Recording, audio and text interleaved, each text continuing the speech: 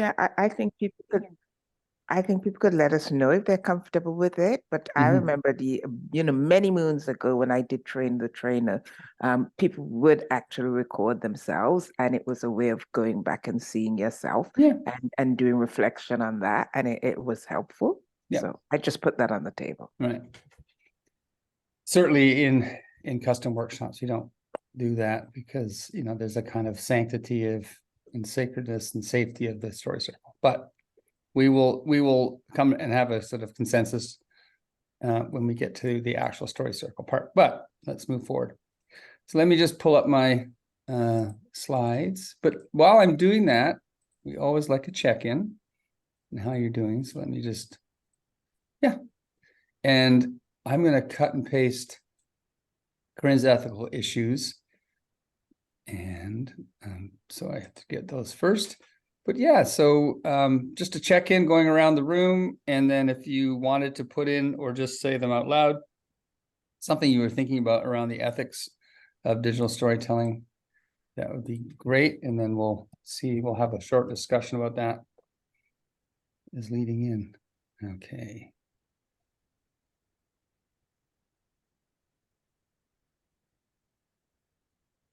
So yeah, anybody want to lead us off? I'm just finding Corinne's email. So, or Janet, do you want to lead us just in your own check-in? How are things? Okay, my own check-in. I'll start by saying, hi, Paul. Sorry to hear that you're under the weather. Glad that you're here. My check-in from Cayman. It's hot out there today. Muggy, muggy, muggy. But I'm glad to be in the Zoom with you with the air conditioning on. So it's kind of cool where I actually am. And thank you for coming, for joining today. Thank you. Michelle or Janelle, Ashley, Paul, if you want to do it in the chat, if it feels easier to chat in your check-in, that's fine too. Rachel, same for you.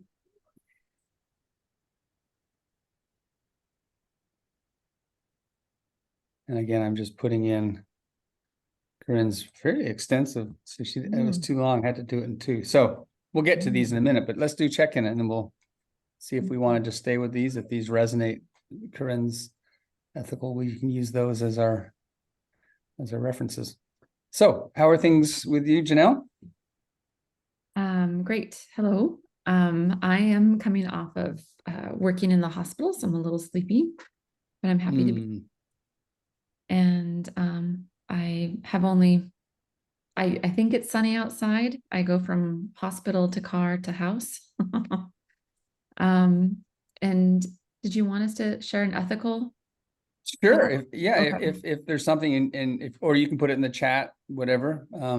But maybe that way we've captured it and then we can come back and reference it. Does that sound okay? Sounds good. Okay. Thanks, Janelle. Ashley or Rachel. Yeah, go ahead.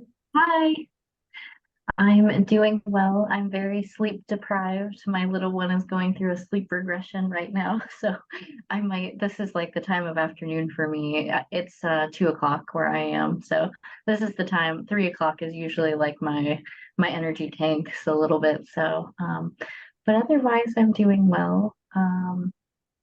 And I'm glad to see everyone.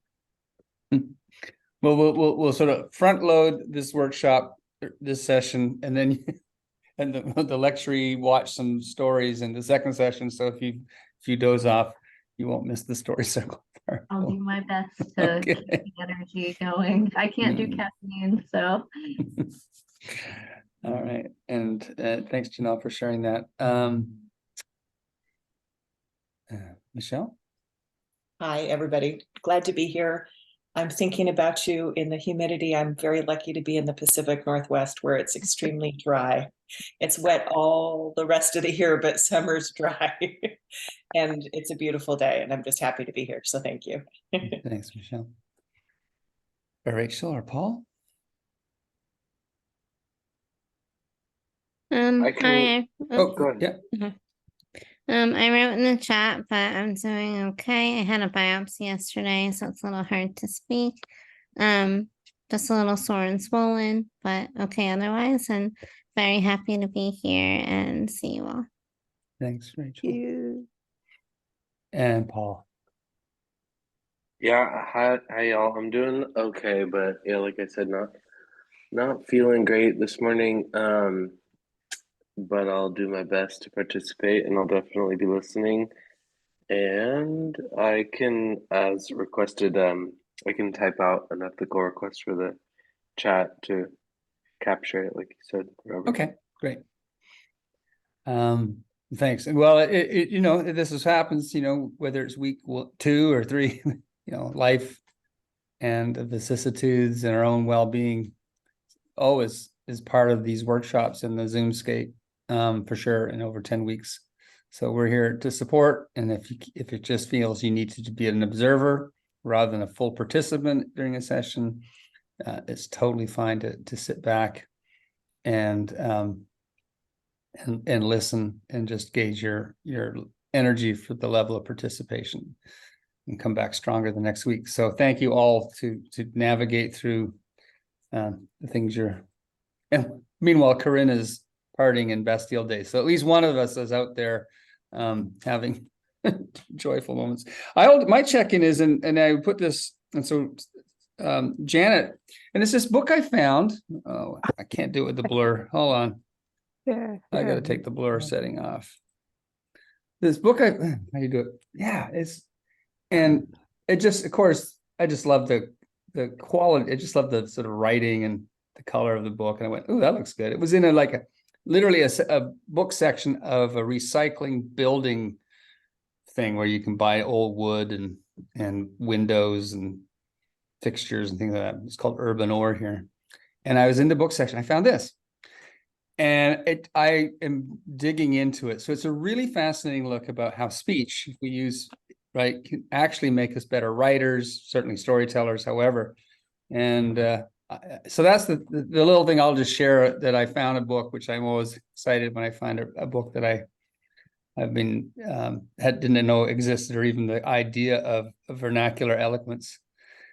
So maybe I'll pull a quote or two out of that over the sessions, because it's just very rich. I think his first book is called Learning to Write Without a Teacher. Right. And he's an educator. And so but not in the sense of the absence of having someone there supporting you, but the idea of the old traditional way of teaching literacy as a very sort of specific construct and all the rigidity of that. And then I thought, well, he must be this young person who's totally into social media, because it's all about, but this is written in 2012, and my son has used that over the years, right? Where, you know, as a middle schooler would speak and it would translate his, right? And then he would edit the transcript of his speaking and then he's reshaping it, but the words come out through a virtual space through his way of talking it. And it's been, you know, it's just, I was fascinated to watch, and I went, oh, the people are writing about this.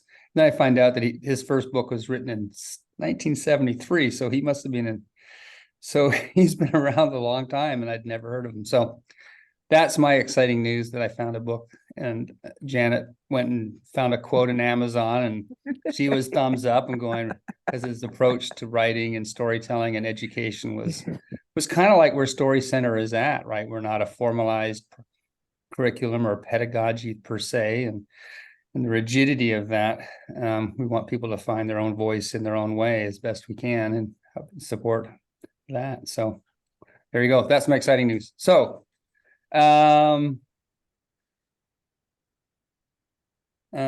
to create a space where students can be courageous in this. So Paul has put it into, so let's just go through this a little bit, and then we'll talk about, let's pick one or two. So Janelle, let's maybe take a look at what Corinne does, but let's do one of, if that's okay, we can only have time for two. Guiding this, so Janelle had ethical considerations, guiding the story, making sure it is their voice, not my voice, their authenticity to their comfort. We sometimes call it, fingerprints, you know, the facilitator's fingerprints on the story. And then Ashley has ethical consideration for personal stories, creating psychological harm for loved ones who might be mentioned in stories, or sharing having someone else we know seeing them disparage in character of loved ones. So kind of in that memoir space, right, Ashley? When you know, like, how do you have to get permissions, or is it from your own lived experiences, which means you might be, you know, others might be caught up in that sort of tsunami of your own story.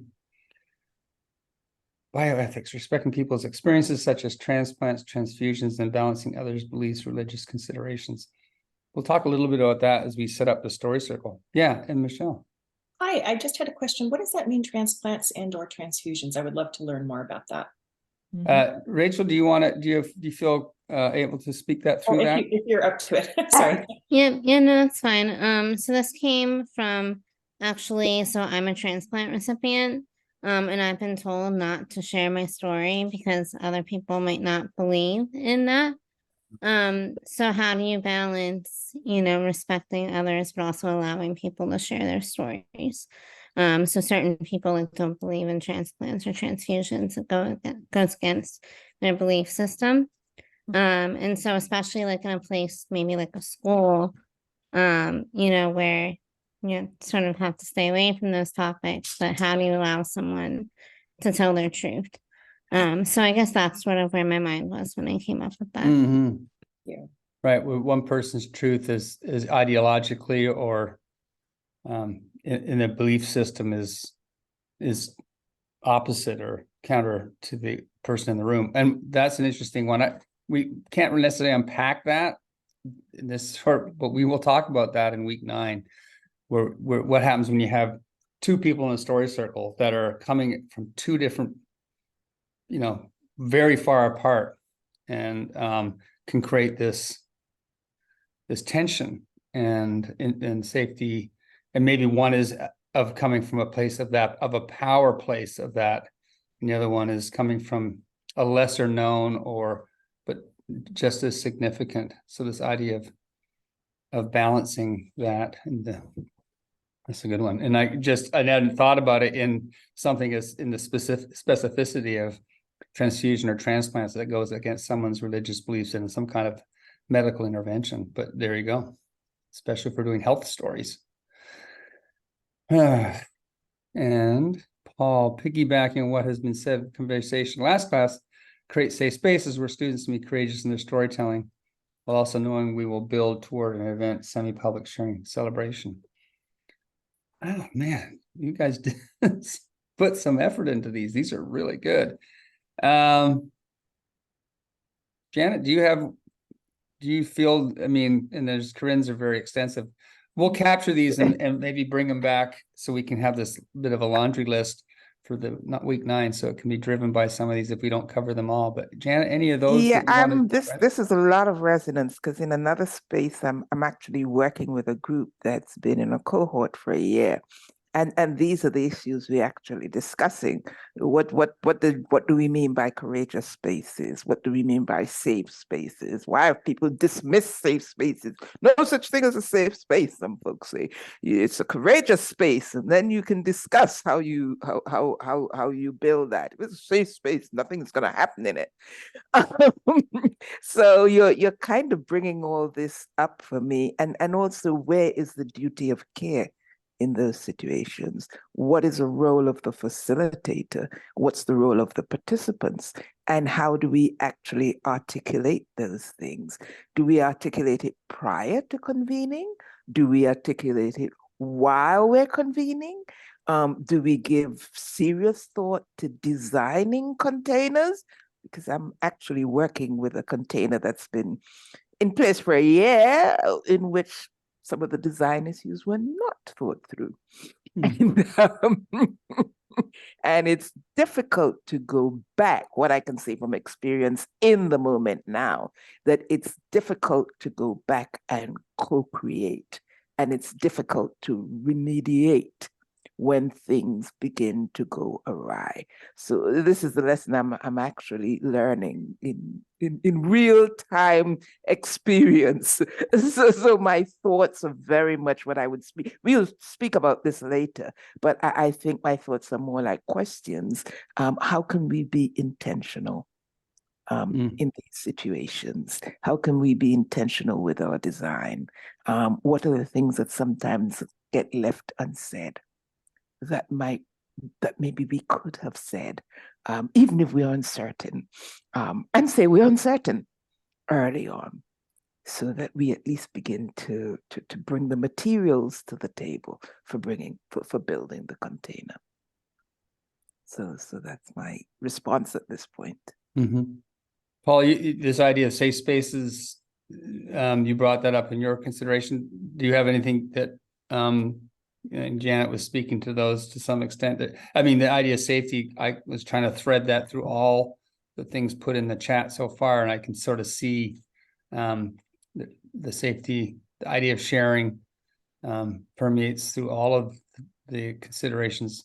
But did you have anything specific that you want to add to that, or?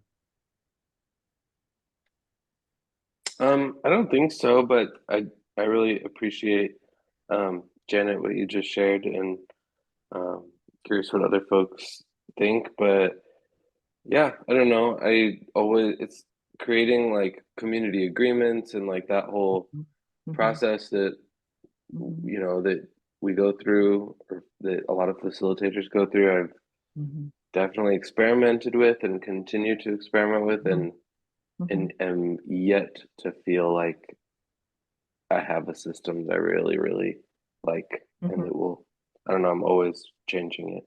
Yeah. Just Paul, just when you said always changing it, the idea sort of sense that there's nothing fixed. It's one of the ethical considerations in week 9. We go through our sort of ethical principles at Story Center, and one is that ethics is moving, is fluid. It changes given the makeup of the room, the time, and it's a tricky terrain in that sense. It is sort of like terrain. Ethics is kind of like a landscape.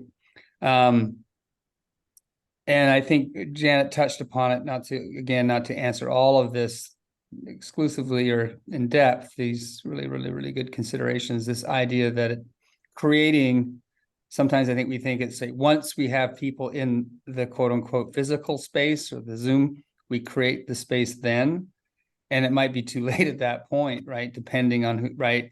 So Janet's just awareness of that, and Paul, being always trying to think what's working, what's not working, and where do we start? Where's the safe space created? And we'll get to the point of like how to become a better listener as a facilitator, just even our own capacities as a facilitator, learning where we maybe have blind spots. And so part of the creative safe space is to be open as a facilitator to the need and awareness of that. So it just starts at an individual level too.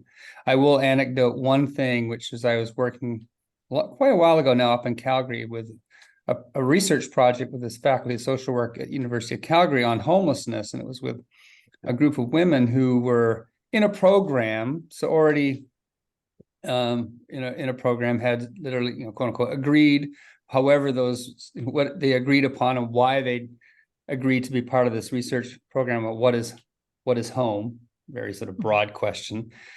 And in the space, there were 2 women that they're in the program as the general research, but in the digital storytelling workshop, brought them into the same space. And one had gotten one kicked out of a shelter, which, and there was other undertones of racism to it.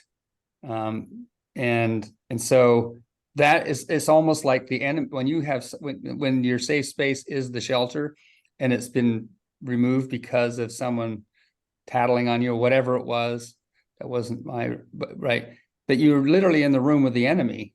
And that was really interesting and both of them wanted to tell stories. Both of them were viable in the project and were committed to wanting to make a digital story, but we had to the one decided that they want to make a story, but they could not be in the same room physically. So my colleague Amy worked exclusively with that person. And the researchers were just the blind spot. They just think, well, everybody's in the same situation. They will all understand and get along and see each other as equals. But the power dynamic within a group of people that had very little power in the lived world. And that was an eye awareness for me, right? Because it was there right in front of us. So yeah, it's you think I guess the one thing I'll say is if you think you've created a safe space and you're confident about it, that's probably not a good space to be. The vigilance and the awareness is still there, and the willingness to listen to others and change it up in the moment is key. Fingerprints. Well, I think the story circle will give us a bit of indication on how we navigate that, but it's a really, really important one. And so again, a lot of these we can't answer them, but awareness and carrying through and see if me as a facilitator is doing this a long time, or Janet or any of us, are we holding true to some of these considerations and principles? So, but this is one that's talked about a lot, and the veracity of the voice, and the authenticity of the voice, and how to step back and when to step in, and when is support really requested, and someone really wants your thoughts and ideas and your input. So another good one.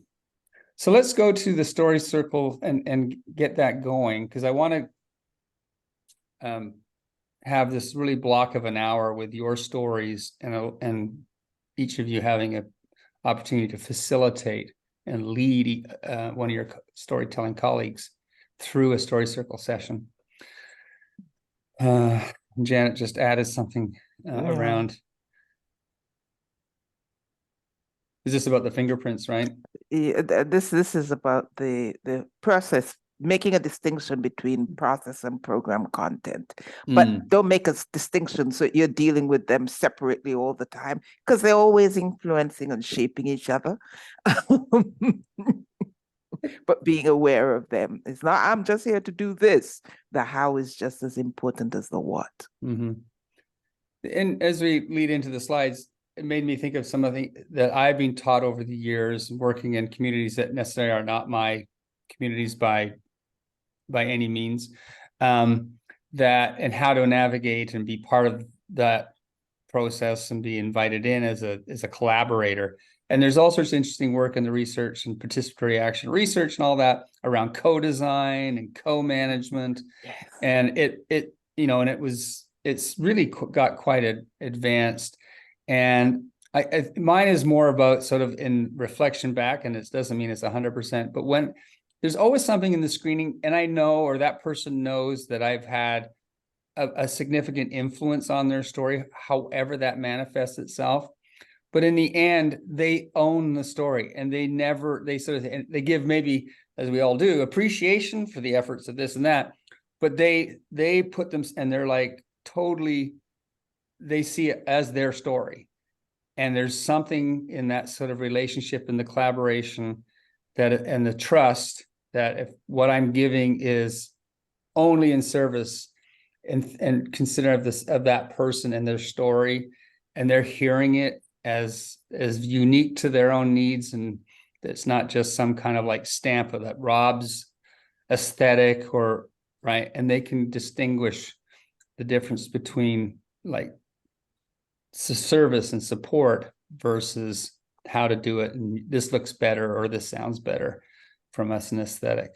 And it's always in the screening and how they respond and say, everybody, great story. And they know the relationship between the facilitator and the storyteller, but it's not elevated to this sort of like the producer versus and the storyteller. Anyway, okay. Slides. Let's see what we got here. Story circles and story circle facilitation. Let's get to it. Yeah. And if you have reflections, whether you've taken our workshop, and some have, and some maybe have a long time ago, or have had some kind of similar, and to be honest, I can't remember exactly where everybody stood with their own first digital storytelling experience, if it was through Story Center but we'll see if these resonate. So we're going to do this until we do a break. We're going to stay as a group, do the story circle, just put a good solid hour of energy in it, take a short break and come back and do what we call, and do a little debrief. Make sure we cover this idea of writing for brevity, which is both a teaching tool, but also a way to help people navigate their scripts towards a first digital story. And making sure, I want to make sure it's going to take us 5 minutes to get everybody up and running and video, just so I know we've cleared that off the to-do list, and then we'll check out. So, maybe these are some of the questions, and we don't have to go through all these, but they're there in the sense that we sort of, because there's no concrete, and even education is always a moving target, at least in my experience as a parent and someone who has been sort of in the periphery of teachers and educators and higher and, elementary and school ed, all that. These are some of the things that there's a lot of it's around assumptions, that we have to sort of really check our assumptions. And these are sort of the things I'll just leave, and you can look at them when I share the slides later. So the idea that lessons are learned and it's never fixed. But in the story circle, we're going to go right back to real basics, which is this idea of listening. I think sometimes with this slide, I'll have Joe Lambert has this. I thought it's a really great quote that listening is in digital storytelling, listening is our core technology, which I just love the sort of tension between this idea of digital, but listening at a sort of core human communications kind of level. And so while this is Jeanette Winterson, a wonderful writer, one of my favorites, talking about writing, I sometimes will just say everything in story begins with, with words, or, I shouldn't say words, but something, but that whatever they are, however they're expressing, it begins with listening, right? And so to understand a story, you have to listen to a story. To understand the story you're telling, you sort of have to listen to the world around you. So listening is the key, the key takeaway. And that's what the story circle is about, right? It's about making yourself chief listener, just a listener, and a listener, and a listener. You're not trying, if you're trying to fix something as you're listening, you're not listening. It's really just letting go of everything, other than maybe the time clock, because sometimes we'll get to that time constraints, but listening is at the key to it. And I think to help us better listeners, which is the difficult work, which is this, what I was referring to earlier, this idea of that we have stories, those stories, and it comes a bit with what Rachel was saying too, that and just safe spaces, that there's power in the room, power where you don't think you have it. I can say, oh, I'm just a supporter. I'm there to support and in service, and to depower, at least in my mind, I'm doing that. But that doesn't take away from the fact how people see me, and the fact that how much effort am I doing to I'm hearing a story that I'm right. How can I get to some neutral space to be a best listener? And so I have to sort of be aware of my own power and faith, as everybody in the room does. And how do we create that guideline so everybody in the room is sort of like suspending their own sense of what a story is and should be about around any number of topics? How much power do we have, and our faith? And there's a couple of quotes that sort of speak into that, and a kind of a synopsis. So just, these are all things we wouldn't share. These aren't things that you would, at least in my experience, in a workshop, expose that. It's just really about where you position yourself as a facilitator, for sure. And, hopefully we have what we call guidelines, which we'll get to in a second, that will sort of help manage the idea of of what is a story and what's a valuable story and who gets to determine what, and how to suspend your own beliefs. So the goals of the story circle is, not to overstate. Again, these are something I would say, right?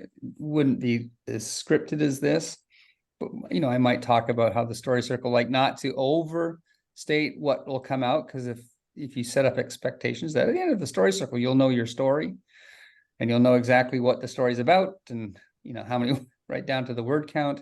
So it really is about creating it as a container that has a lot of room to move and breathe in it.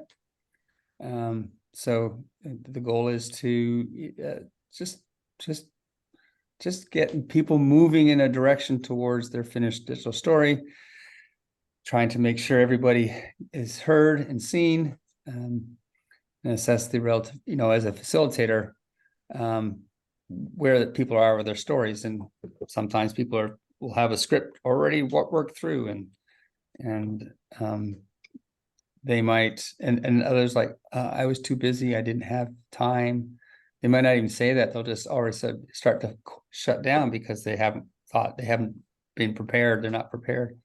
So just to know that there'd be a range of where people are coming into the story circle. Clarify questions or issues within script. So people might have very specific needs, and those are the most important to pay attention to because they're articulating those. Share concepts of script using approximate half the time allotted.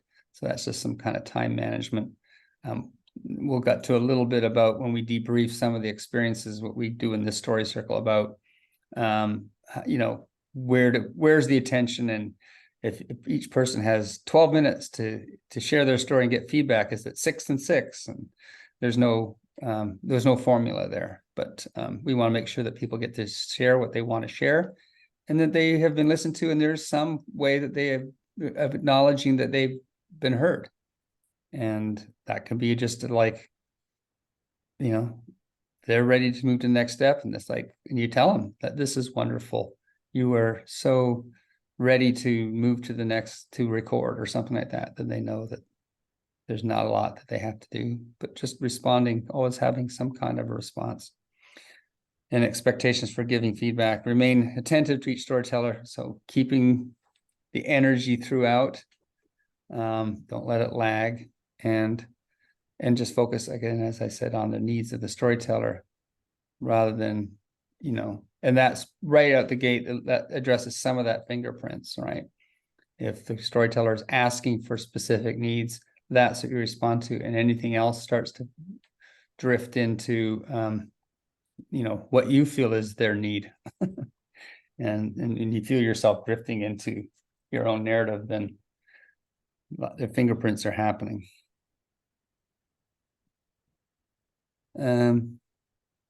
So I'll put these in the chat. So you're aware of them, because each of them will be a facilitator moving through.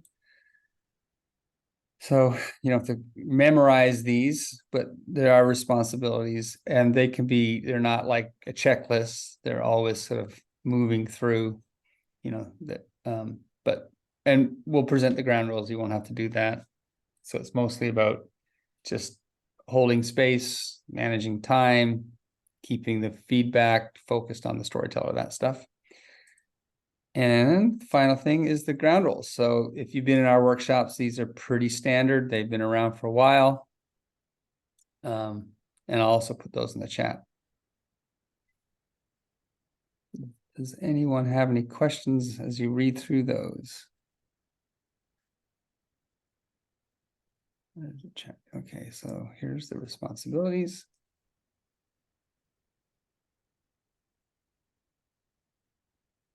And here's the guidelines.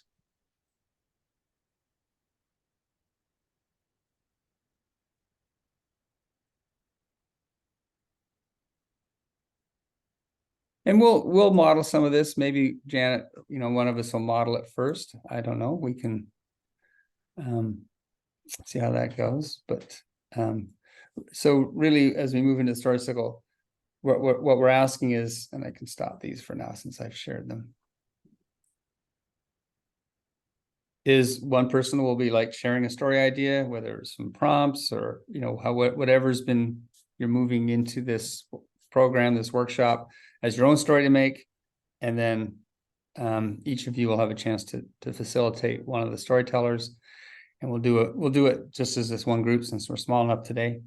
And then maybe have a little sort of discussion about that. So it's a kind of a combination of, yes, you're telling a story and you're going to be facilitator, and you're wearing two hats through this process, which is different than if you're just the storyteller, or different if you're just the facilitator.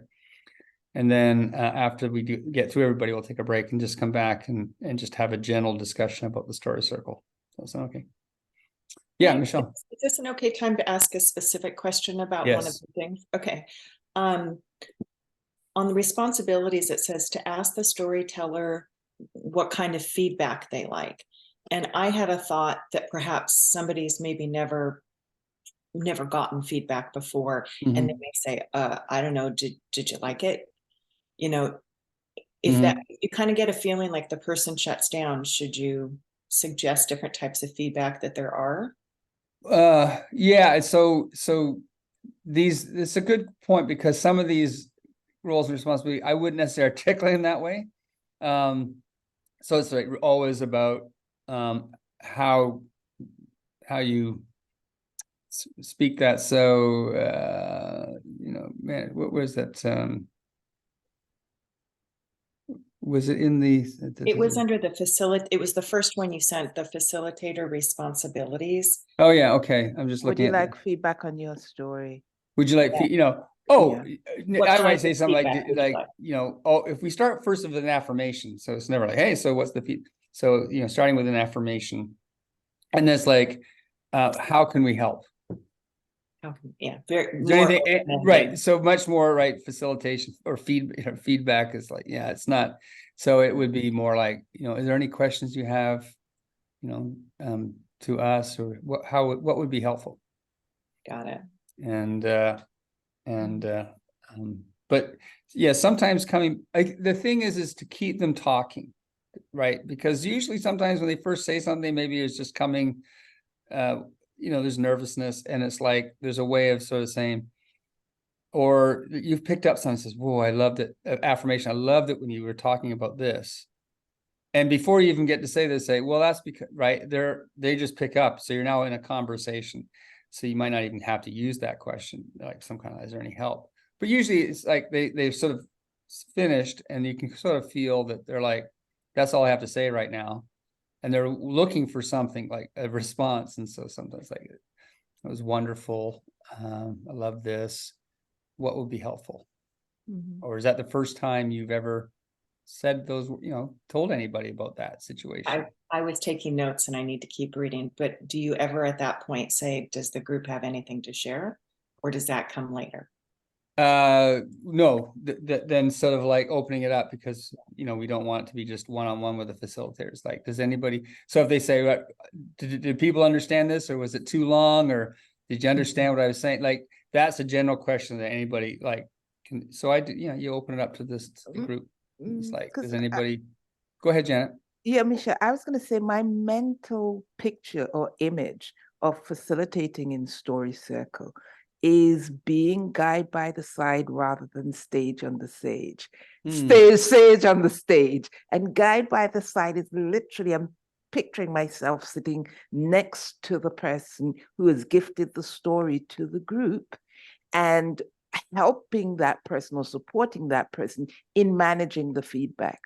So they get a chance to determine how they want the feedback. And it's, for me, sometimes it's an opportunity for the person to say, I don't want you to talk about that bit of it.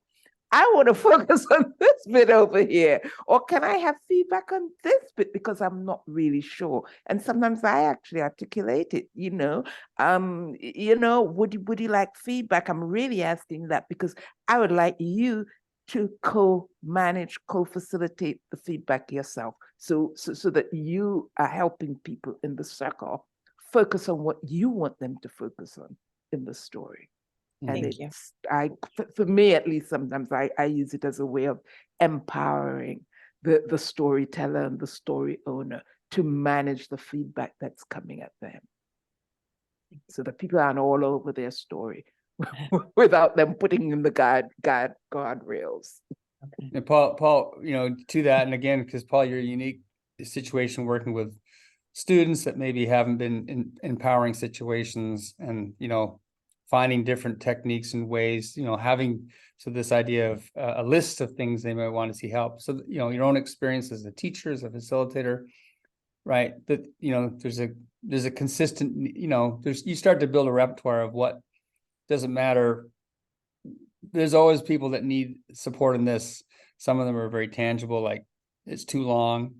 So just having some things that you're ready to help,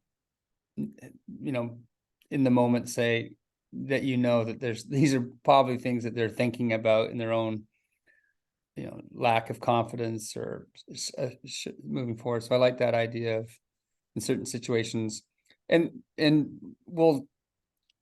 we can share some of these. There are questions that we do ask because we know there are questions that are sort of inside each storyteller that they're hoping to get answered. So just like got any questions for the story, for feedback, might draw blanks. So to your point, Michelle, that it just might be like, I don't know, I've never done this before.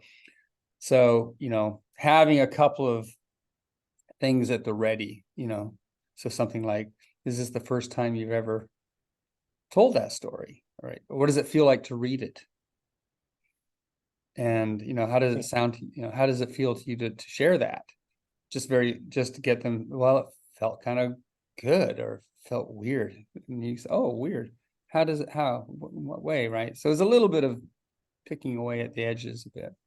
So Paul's suggestion with his students, he sometimes has a list, so that gives them a bit of an aid to sort of like see that it's not a big scary terrain. Oh, I can think about it this way. That's good too. Thanks. That's great. Before we share, so if there's something specific they want feedback, that's true. If there's a preparedness, right? As they're about to say, is there anything you want us to pay attention to? And that's usually fine if they sort of have a sense of the story they're about to tell, Rachel, I think. But sometimes that's a little bit of the cart before the horse, but I've seen that very right. But there's a yin and yang to that. You want them to not be thinking about too much about the response. You want them to be just in the moment as the storyteller and being sort of not that they have to also guide us beforehand into the way they want us to listen to, because we might miss out on some of the nuances of the story. And part of the listening is like, and we've seen it, right, Janet, and maybe in other people's experiences, there's something that you hear and you're like, and then in the feedback going, oh my gosh, that's exactly right. I never had, that's what my story is about. It's sort of an unlocking, right? Because storytellers will have their own assumptions. They're trying to appease the audience. They're trying to like write to a certain length and they're sort of locked in. And if everything is in that discussion about what they expect as feedback, we stay locked in and we're not listening to the stuff in the periphery that maybe is the stuff that really matters. Okay. So yeah, some people need someone to step up and be the storyteller, and someone say, and I will facilitate. And again, you don't have to have everything memorized. This is just a learning, just see what it's like to sort of be in this, but you can set up the storyteller. You can say, well, welcome to the Story Circle, Rachel. And are you ready to go? Is there anything you want us to know? Is there anything you want us to know? And beforehand, somebody said, should I just read? Or some people just start explaining. My story, I think, is about this, and they'll start to just explain things. So just need someone to sort of allow the storyteller to start. And then I think we'll manage the time. So Jan and I will just sort of be aware of time, but we're going to try and give everybody 10 minutes to tell a story and facilitate. And we'll go through. Just need someone to start us off.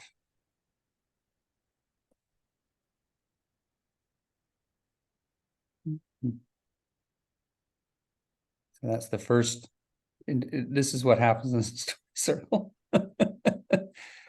Sometimes you pick, or you wait for, you just wait till somebody, the silence. Janelle, do you want to be the storyteller?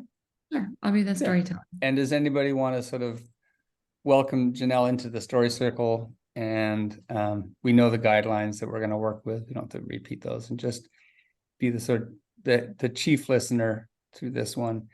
And what you want to do is say, does anybody, Janelle, how you feeling? You want some feedback? You ready for some questions, group participation? Yes. And then you can say, does anybody have anything that they want to say in support of Janelle's story? That's all the facilitator needs to do in the sort of the vocalizing of it, but then be at the ready to ask, to give feedback if nobody has anything to give feedback to. So who wants to step up as the facilitator chair? I can do it. I would like to go first because I'm really nervous. Okay, Ashley. Thank you Role for playing was always like my personal hell growing up. So this is like taking me back to those. all right. Yes, I know that. Okay. Hello, Oh, Janelle. just we are still recording. And before is there again, if people just are we good with recording it? I'm fine. Mhm. Paul, I don't see your nodding head. Everyone else seems to be okay. I'm good. Yeah, that's fine with me. Okay. Go ahead, Ashley. Okay. Hello, Janelle. Welcome to the Story Circle. Are you ready to share what you've brought today? Yes, I am. Excellent. You can take the floor whenever you're ready. Okay, thank you. This is something that I wrote about a year ago for another exercise, but I thought it was important for today. As my 16-year-old self walked hand in hand, offering encouragement and love to my best friend, after her traumatizing first prenatal appointment with an Indian Health Service physician, I knew I was meant to help women find and use their agency. Tears trailed her beautiful face as she retold her encounter with the new, to our tribe, Indian Health Service physician. Speaking haughtily at first, then steeling herself not to cry, she sobbed, explaining how his words and icy nonverbal behavior made her feel as if she were a stupid little Indian girl who had gotten knocked up and now had no future. Defeated and feeling distressed that she would not be able to graduate high school, Nissa began blaming herself for her pregnancy. I knew the real story. She was not to blame, nor was she unworthy of respect, dignity, and human kindness, 3 key characteristics missing from her physician encounter. Taking her shoulders, I turned Nissa toward me. We will find a way. You can do this. You will graduate high school and go on to college. Nissa did just that. She graduated a full year and a half ahead of me and entered college first. Despite being 2 states away, we kept in touch. Nissa called me one day in distress. Financial gap in between Pell Grants. She was limited in working due to having 2 young children. I sent her half of my winnings from local scholarships and told her exactly what my high school librarian had told me when she saw talent, but no financial resources to pay for college applications. I am investing in your future. I will never forget how Nissa was awestruck that I would share. I had experienced the same awe and surprise when the librarian had paid for my future.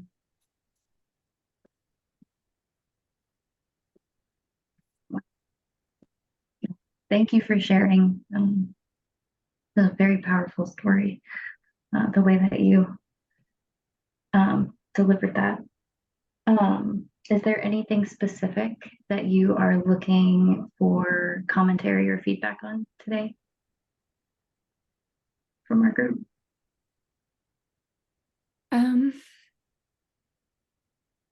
No, I'm open. I'm open to any and all feedback. Okay. All right. Group comrades, does anyone have anything they'd like to comment on or ask or share about this, about Janelle's story? May I share? Absolutely. Okay. Love. I just want to hear it again. I'd like to hear it a few times. I would love to hear it slower.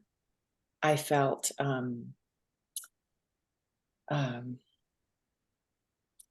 sorry, I got a little emotional. I felt like there were almost like two spaces. There was the space where you came to her and you shared with her that there were other options than what this person was telling her. And that was so powerful to me in and of itself. I almost felt like that could be this, like, just a whole digital story. And I just wanted a ton of space afterwards just to sit with that. And I know you had such an important second part of the story. I completely understand moving through it. But particularly in a digital story, wow, I would love a lot of space after that. That was really wonderful. Thank you for sharing it. Thank you. Janelle, you're welcome to respond directly if you have anything to say, or if you want me to move on to someone else, I can do that. You No. can just say thank you. Yep. Keep coming. That's great. Excellent. Anyone else? Yeah, Rachel. Hi, sorry, I'm typing this one because it's a little long, but I'm almost done typing.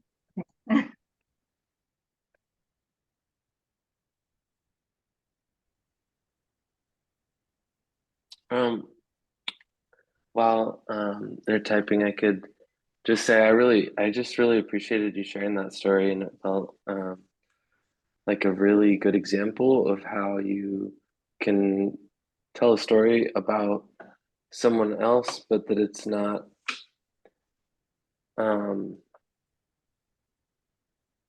don't know, that it's also about you, and maybe more so about you. And I think just from like the reading, the digital storytelling reading that we did, I think for last week, like the power that can happen in experiencing your voice, like telling the story about this other person, but the importance of like us knowing that you're sharing something extremely vulnerable about your own experience and your own like learning. I think that happens through your relationship um with the person.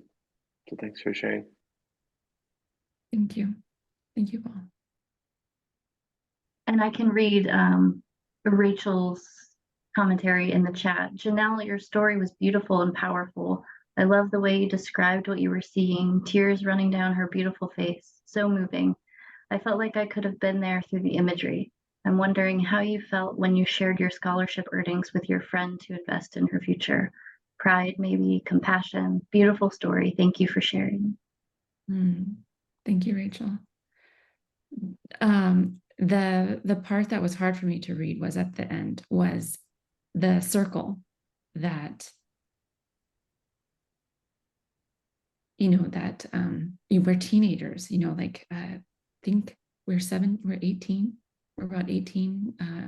I was graduating high school, she was already in college. And from coming from poverty, having, like $5,000 is a lot of money, right? And this is like 20 years ago. So sharing with her that money was, it was not, I had no problem, no issue, no second guessing, because I knew that this is what I wanted to do. And that generosity surprised her. And I remember that the surprise I felt when someone who didn't know me personally for a very long time, I had just, my family had moved off the reservation to Washington State, and I was in a different community where I was not identified as Native American. But this woman, the librarian of all people, picked up that I came from this reservation. She noticed kind of other things about my life, and she saw the potential of going to college. So she paid for my placement tests and my college entrance exams and fees without me ever asking. She just wrote checks and did it. And I remember that feeling of being so surprised. So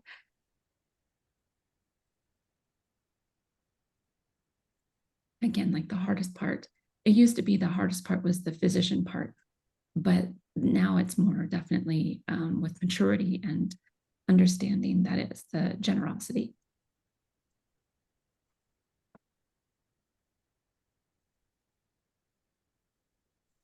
I have to say that in the end, you know, as you were moving through your story for me, you know, I was thinking, oh, this is a story about like this, you know, this is this other person's story that you are telling. And then you sort of, as Paul mentioned, like it was very much a like, this is how this story has impacted my story. And then at the end, I thought it was really brilliant how you left it at a point where it's like, this is like a whole other story that she didn't tell us about the librarian and what that librarian did for you. And like that's, I just thought that was really, really powerful. So. Thank you.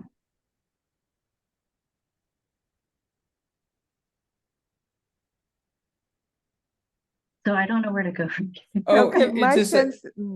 go Sorry, ahead, Jeanette. Sorry, I was going to say my sense is that it's such a beautiful, illuminative story, and I'm thinking of the elements of story that we looked at.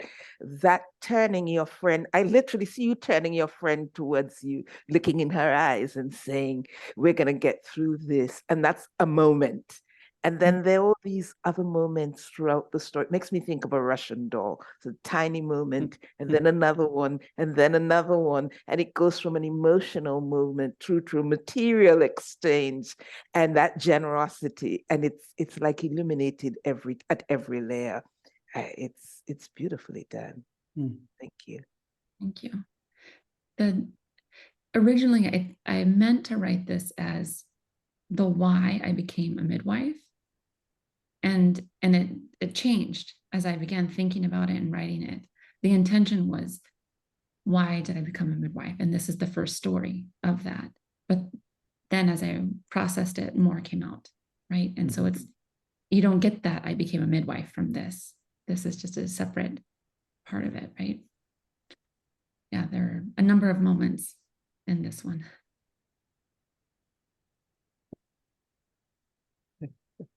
Well, thank you. Yeah, thanks. Interesting. So just and you know, we're sort of juggling here, Ashley. It's like usually the last word, you know, and Janelle has some, but I'm not going to clutter the space. It was beautiful, I'll just say, and loved how we there was something else that and it came out, whatever. I think where we sort of landed with that story was that where you actually saw the story was yes, there's this scene of the doctor, but the story, just by our own conversation, we moved into the space of the relationship you had with this young woman, and that interaction became the powerful, you know, the insightful thing that we moved us. And it was a wonderful shift from like, you know, I was like, to and you know, a lot of stories if they just so but so really, and even though I'm saying that, Ashley, and then the idea is to say the storyteller says maybe, yeah, I'm good, like say, is there anything else you need at this time? And if we set up that like we're not going to get to all the answers and specifics, but they feel like, yeah, I'm feeling good, they're in a better space, or they're more assured about the story and how it resonated with others, and then it's a good place to move on. Janelle, are you feeling good after? Okay. Yeah. Yeah. Thank you, everyone. Thank you so much for sharing that. If a storyteller is shy and says, actually, I'm not comfortable having feedback, you know, kind of the most I can do is share.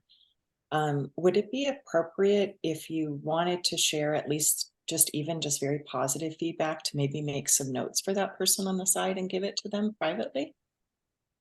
Well, not notes as in to change it, but even just positive feedback. It's usually, you know, sometimes there's a bit of, this is where the story circle has a kind of, it builds community and safe, and people start to like, that feedback. And usually the person that goes first is someone, they might say, I'm trying to get it over with, but they're okay. And then for the person that maybe is holding back, because they will see that the feedback is affirming, and they actually would like to get some of that for their own. But if not, the one thing about Zoom is the chat, and you can private, and so we can set that up, right? And they might say, no, I'm not ready to, but you can ask, would it be okay if people put things in the chat? You don't have to respond to it. So there's one option that they can say, that's fine. Or no, I don't want any feedback. And then you have to honor that. I don't think anybody would be as that, no, I don't want feedback. I mean, they might, but I've never had that experience. They're very adamantly, they don't want feedback. But it's also something to be aware of, and just say what up and not push it. All right. Thanks for going first, Ashley. Thanks for going first, Janelle. Who'd like to go next? We need a storyteller and a facilitator. Wouldn't mind being the storyteller so that I can turn my camera off after this one. And sure, just in case someone wakes up. Okay. And does anybody want to facilitate? Well, who would step up to facilitate a story? Okay, Rachel, thank you. Yeah. Ashley, hi. Thank you for being here today in our story circle, and for volunteering to share your story. Before we begin, just making sure we're ready to go. Are you ready to share it this time? I think so. All right. Feel free to begin whenever you're ready. All right, thank you. So I decided to use one of the prompts in the email. I've got that like blank paper sort of syndrome where it's really hard for me to just go in blind and think of a story. So I started with that, and it's pretty simple story at this point. So I look forward to feedback about where it could go. The most irrepressible joy I ever felt was swinging on the tire swing at the park with my father as a child. I can still feel the gentle breeze and dappled sunlight gracing my skin as I went back and forth, a relaxed smile spreading over my small face. A mundane moment for most, but a moment of freedom in every sense of the word for me, especially freedom of spirit. My mother was broken. She was an unsafe caregiver who was so depressive that she actually grew jealous of anyone who exhibited joy. So I self-silenced my joy and every other major feeling growing up so as to not ruffle feathers. When my dad got done working a 10 or 12-hour day in a hot foundry, he would make dinner, feed me, and we'd go off on some adventure to the park. On weekends, we would go on adventures around town. It didn't matter how tired he was, he just knew that it had to be done. And the joy I felt in those moments is a gift that I now try to give to my children, and my determination to provide that for them only grows in the face of adversity. The first time I actually remembered or connected to this joy was as an adult, watching my firstborn child's son play at the park while his father, an alcoholic, was drunkenly passed out at home. Another generation, another emotionally unsafe caregiver, another journey to preserve the unbridle the childhood spirit of joy, one of life's greatest and most precious resources. That's all I have. So.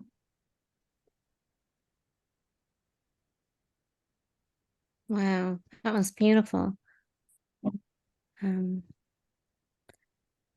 Does anyone have any feedback for Ashley before I offer my own?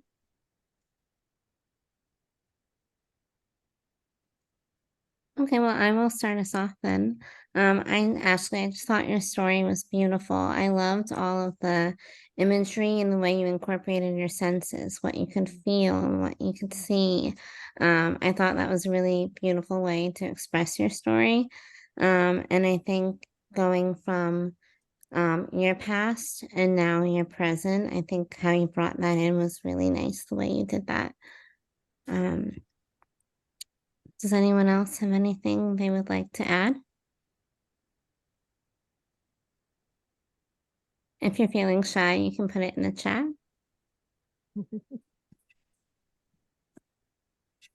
Actually, I am, we're here to help stories too. Was that something you had written before? You used the prompt, right? So It was the prompt, yeah. So It is it? Go It's ahead. something that I've been thinking on for a while, in therapy and things like that. But yeah, I had never really articulated on paper before. So How did it feel to sort of just share that out? What was going through your as the storyteller as you're reading it? Did anything resonate with you since you took a prompt and went back to a scene? And yeah, I think just the general sort of feeling came to me more than anything, like the sensory experience of it. So just like the feeling of being at the park as a child, and then also the feeling of being on the other end of that, which is like taking my kiddo out of a terrible situation that he didn't need to be a part of, didn't need to see, and sort of being on both ends of that same, it's not really a spectrum, but just finding myself being kind of, I had another prompt or another concept written up where it starts with like, be who you needed when you were younger, this like sort of self-help, like mantra that I see a lot on social media and stuff. And it's like that's kind of, I felt like that was a situation where I was doing that, and it felt good. So and I'm doing a little poking here in the sense that, as a kind of, as a facilitator, I might be, so there's sort of the reflective voice. You took us back to the scene, but it was always this sort of, what if, had you thought about, do you think is a possibility, or my story, I was wondering if you told it from the child's point of view. Does that make sense? yeah, I had not thought about that, but I would be interested in rewriting it to try that and see how it feels. It's almost, yeah, just almost, because then you're back in that moment. Of course, you're there in transportation, and then how you transport out to being the mother. I'm just wondering, right, if that just, I mean, it was beautiful. It made me think about parent, being a supportive parent, and even imagining if when one is checked out from that, and I was thinking about your dad, I was thinking of a lot of things, right? And there's an awareness that maybe sometimes we don't hear it from a point of view of the child, right? Of course, Yeah. you're using who you are now to imagine that, because it's not all remembered, right? So it's just that point of view. So where we position ourselves from the point of view of the child versus the point of view as an outsider watching this interaction between a parent and a child. Thank you. That's really helpful. May I share too? Ashley, I also wanted to say how lovely your story is. I really appreciated, I loved how I was able to I kind of closed my eyes when I listened to stories, and I was able to relate to that idea of a child having freedom with a parent.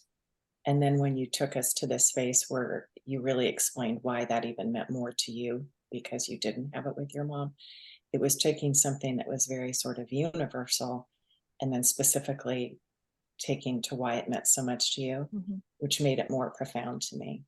And again, going back to what was said earlier about the sensory and the wonderful language that you use really just took me right into the story, and I really appreciated it. Thank you. Thank you. Thank you for sharing. I think my only comment actually is going to be of kind of piggybacking on Rob's comment. because I think I heard both voices in your speech, in your piece. What went around my mind when you opened talking about being on that swing and the sun dappling on your face, and it felt like an ode to joy. It was there, and so that strand is there, going back to that moment is there, and it feels as if you just expanded that lens a bit. Yeah, and then kept the other lens, which is the grown-up, the adult thing, seeing what's happening. It would really kind of bring the story to a different place, as it were. Mhm. Thank you. It's really helpful. Ashley, I wanted to ask, well, first, I really enjoyed your story as well. And I could see vividly the story unfolding, and I could feel your feelings. The one sentence, the one line where you talked about, you were describing your father, that he worked 10 to 12 hours a day, and yet he would come home and take you out. That that presence of mind of being with his child, being with you, right? And you as an adult being able to reflect and see that is so important, because I don't know how many children actually realize that, right, in the moment as they're kids. But that, in contrast to what you learned of how you needed to be silent with your mother and you couldn't express your joy around her, those are really very stark contrasts that I thought were very powerful. And I was trying to imagine, I could see it in my mind, as you're telling the story, but like, how would you display it digitally? It was making me kind of wonder, like, how would you do this? Is it the alone swing that's like, there's no kids and it's by itself? And versus like, the swing that's full of a child that is like so happy and like excited.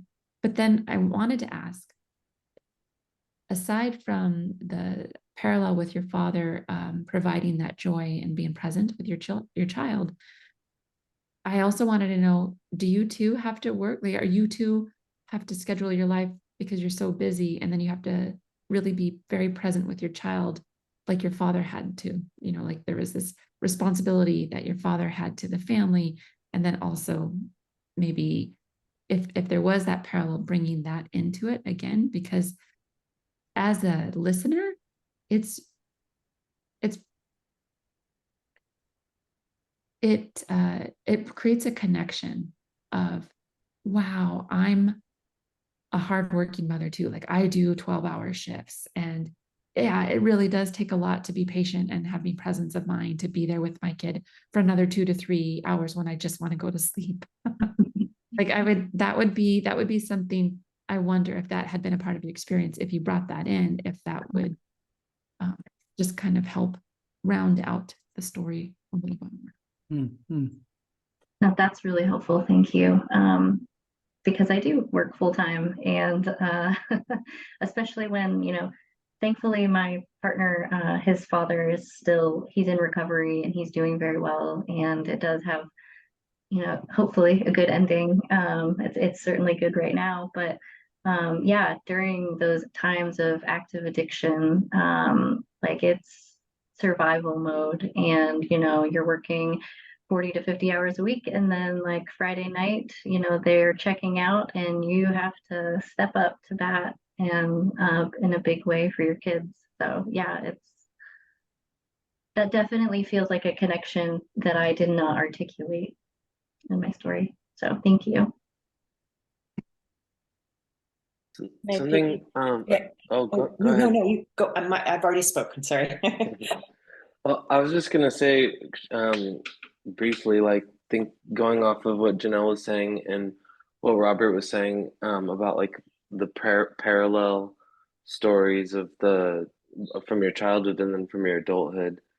And I think, I don't know, Robert's comment got me thinking about tense and how we can use tense, and thinking about, like, Robert mentioned, what would happen if the story was told from the perspective of the child, or you as a child, and then you as an adult. But I don't know, it just got me imagining what would change. It'd be interesting to hear, like, if it was told in the present tense of the child, and then also in the present tense of like the adult voice, and how that, what that would do for the the effect of having those parallel stories. I don't know, just was interesting to think about.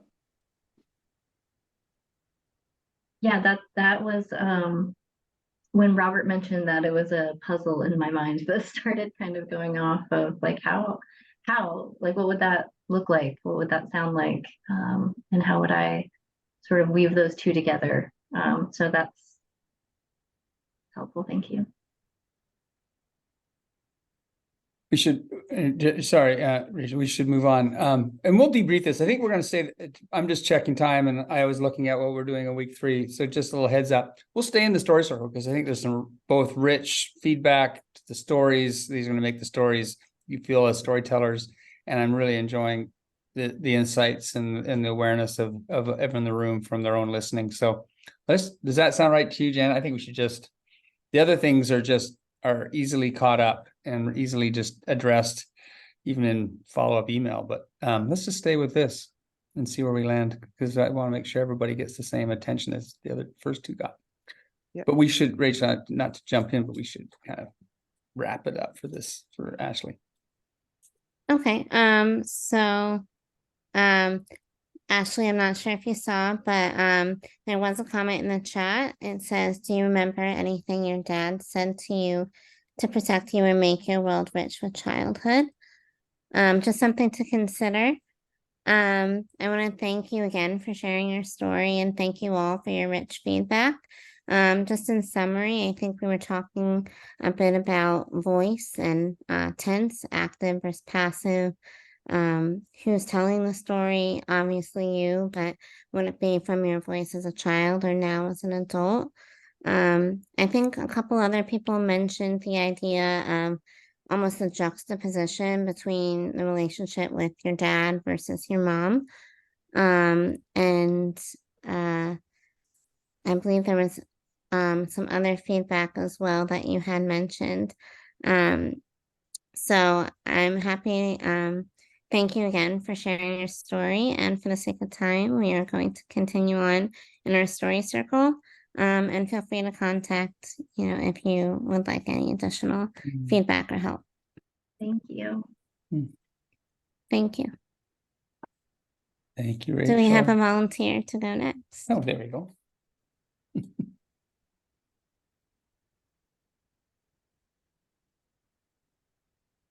I can share my story if someone Okay. wants to facilitate.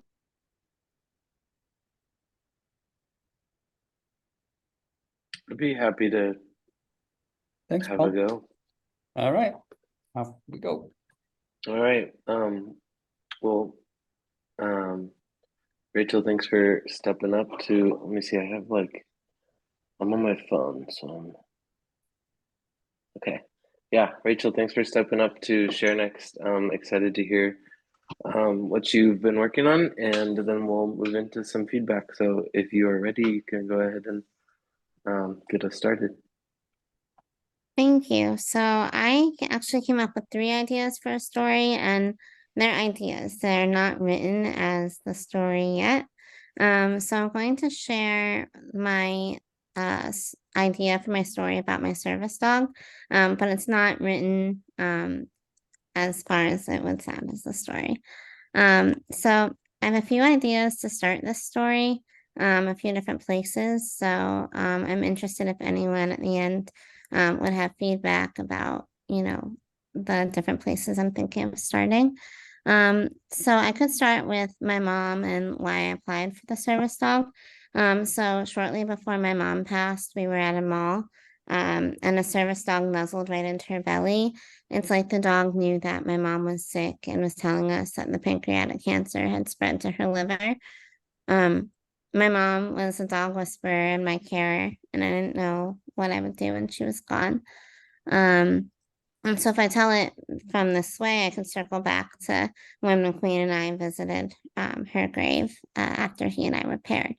But I could also start at the service dog farm when I interviewed service dogs And I met with 4 different service dogs, and McQueen and I had our moment where we chose each other.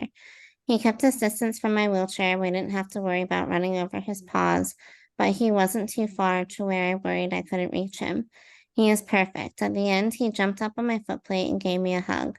I wasn't supposed to hug him since he was working, but I couldn't resist. I felt an immediate connection with my new best friend, or partner, as SSD likes to call us, or Susquehanna Service Dogs. When our partnership was officially announced, I couldn't contain my joy. Team training couldn't come soon enough. I welcomed him home, and there has not been one day since where we have been apart, except for hospital stays, since I'm not allowed to leave the floor to take him to potty. But he visits me. He is an extension of me. He opens doors literally and figuratively. I will show, and then this is my idea, I will show a video of all the ways he helps me. But as I speak, I intend to discuss how much I love him and how much he has changed my life. I have confidence to go outside without fear. When I fall, he sat on me because he knew I needed a laugh or otherwise I'd cry. And then how he brought me cookies without me asking, my phone, and cuddled me until help came. I've had dogs before, but McQueen is magical. I never knew I could be so connected with a being without speaking the same language, but we do. I look in his eyes and know what he means and what he wants, and he knows what I need without me even asking. He's expressive and attentive. At 29, I thought I would have a partner with 2 legs. Instead, I found one with 4 paws and the cutest little pink nose. I love him so deeply, and I'm so thankful for his service and for his unconditional love. And that's all I have so far.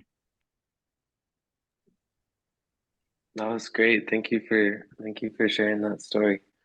And before we move into the feedback, I wanted to just clarify. So you mentioned at the beginning a question for the listeners, which was about, and this is what I want to clarify to see if I have it right, where to start, and if you want to start with your mom's experience with getting, or with a service dog that you said kind of picked her, and maybe knew some insight about her condition. Was that dog, did you say something in that segment about that dog becoming your service dog eventually? Was that McQueen? So No. it wasn't McQueen. So that service dog, we actually lived in Florida at the time. And so my mom was my primary caretaker. I had just gone into a wheelchair. And so once my mom was gone, I needed help and I didn't know what to do. So that's why I applied for a service dog when I moved back home to Philadelphia. And so it actually took me 2 years on the wait list until I was paired with McQueen. Okay. But my mom was my inspiration for applying for a service dog because I saw that experience of just the dog connecting with her, and yeah. Cool. Okay. That helps. So we'll start with appreciations, and Rachel had the question about like how or if she might incorporate some of her story of her mom and her mom's service dog, and so if we want to start with some appreciations or thoughts from the group, anyone want to jump in? Hi, I thank you very much, Rachel, for sharing that story. I got emotional as I was listening to your story, and even though you shared that you had not prepared it, was not fully written, you shared moments that were very powerful. So the way that you shared them in about themselves, even though they're not fully fleshed out, were still very powerful. So you have a spark and you have a gift. So that's really great. I was kind of wondering, you had this common theme about the dog whisperer and how you shared that your mother was more of a dog whisperer. And then I thought, okay, well, Rachel's clearly not going to be a dog whisperer. Like she's, that's not going to be your skill. But at the end, we come to find out that you and your dog are interdependent and intuitive with each other. That's a dog whisperer too. So just, not to give you another idea or add more on your plate to choose from, but there's that thread of that that you becoming a dog whisperer, through this process, whether or not you want to use that as a common thread or a part of how you start and how you end, because you did that for us naturally as you were kind of winding your way. That is one thing I observed.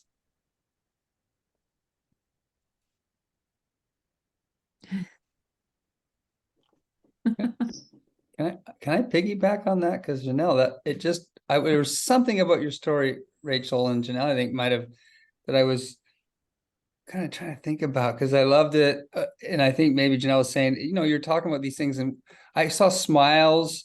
Like it was like, these are hard stories. I mean, it's not like life has been easy, but there was just something joyful. And I think it was something about the relationship and how important trusting, caring relationships are. I mean, going back to, to Ashley's story, Janelle's story, right? Like where you put your trust and how that makes us feel. So my question, it made me think about the question is like, and I don't want to put purposing, but who's this story for? And one of the things I thought was really interesting was that relationship that you're describing, the intuitiveness, isn't something that normally people see when they see a service dog, right? They think it's there to help you. And there's very little about that relationship and the partnership. You said, I thought of you two-legged. It's a four-pod relationship. So I felt that this story was a wonderful way for us to all reflect on what makes a meaningful relationship. And we'll learn about circumstances and service dogs, but it's really about, I just took it as something I was listening to it and I'm going, I'm learning about relationships. And that's a different kind of insight than maybe the specificity of the service dog. And it maybe is about this idea of dog whisperer and intuitiveness, and when do we recognize that? And it's important to recognize that and not shy away from that and not feel it's silly, that it's actually real. And I think Janelle's point was illuminating that. Does that make sense? I mean, we'll get all the other stuff, but if you just, stories are about relationships. This is a story about a very special relationship.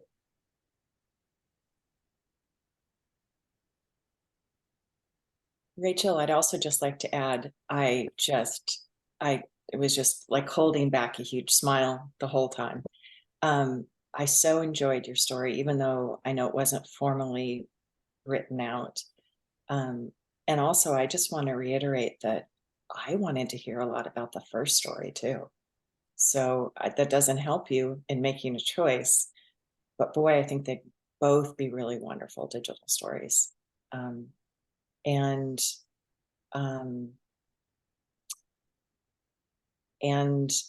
the other part that I wanted to reiterate was when you said, I've never been so close to a being when we don't speak the same language.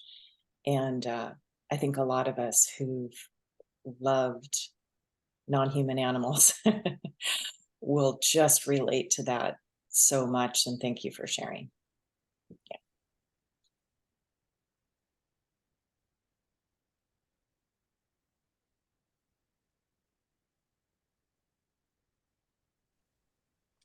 Anybody else with questions or comments, or Rachel, if there's anything else that you would, like feedback on, or questions for the group?